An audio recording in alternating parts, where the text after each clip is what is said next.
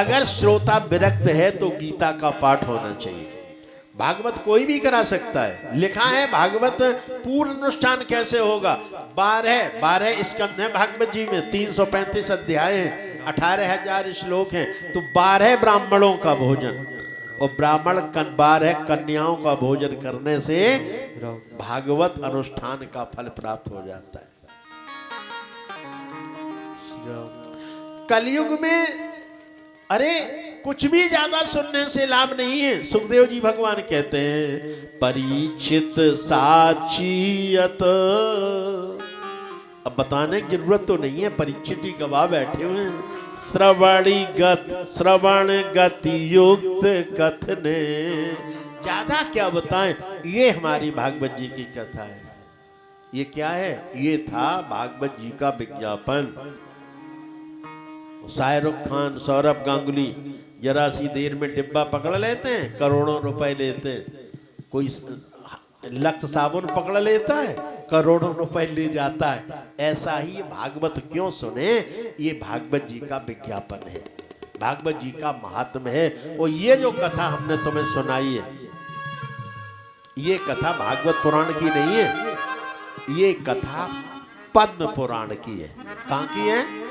पद्म पुराण में ये कथा सुनाई गई कि भागवत कथा के श्रवण से ज्ञान वैराग्य की पुष्टि हुई और धुंधकारी प्रेत योनि से मुक्ति मिली। इसलिए अब अपने पितरों की मुक्ति के लिए भागवत कथा सुनी जाती है, प्रेत योनि से मुक्ति के लिए। और हमें चाहिए का हमारे हृदय में भगवान की भक्ति हो, ज्ञान वैराग की पुष्टि हो जाए। और हमारे पितर तब प्रसन्न होते हैं जब उनके घर में अच्छे काम होते हैं। बोले अब बड़ा एक नया, बोले पंडित जी पितृदोष है जन्मांक में। जो अपने पिता को जिसने रोटी भी नहीं दी, पिता की सेवा नहीं की, माता पिता की, तुम्हें पितृदोष नहीं होगा क्या दूसरे को होगा? है? अगर पितृदोष से बचना है अपने माता पिता की सेवा करो, अपने पितरों को लिए कुछ करोगे तो पितर भी तुम्हारे प्रसन्न होते हैं। ये भागवत जी की महत्मी कथा हमने सुनाई। बोलिए राधा कृष्ण भगवान की जय हो।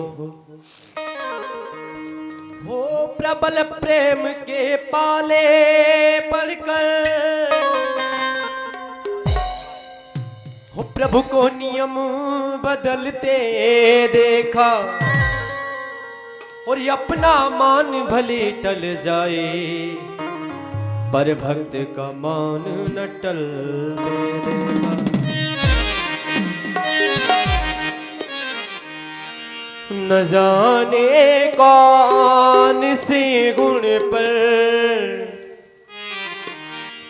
न जाने कौन से गुण पर दयानिधि रीझ जाते हैं। न जाने कौन से गुण पर दयानिधि रीझ जाते हैं।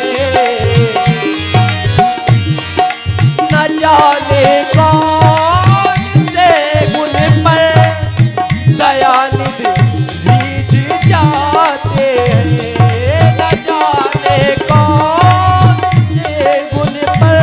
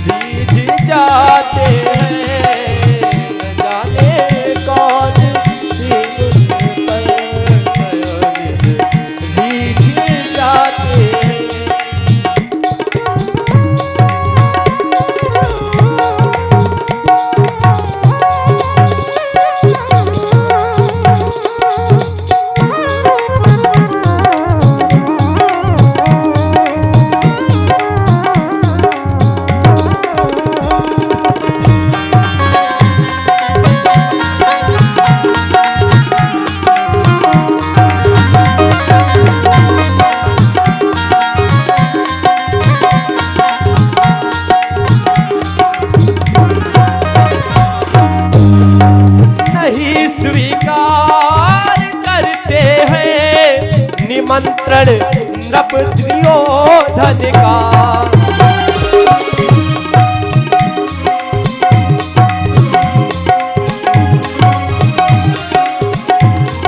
वो नहीं स्वीकार करते हैं निमंत्रण नृप दुर्योधन का, नहीं स्वीकार करते हैं निमंत्रण नृप दुर्योधन का।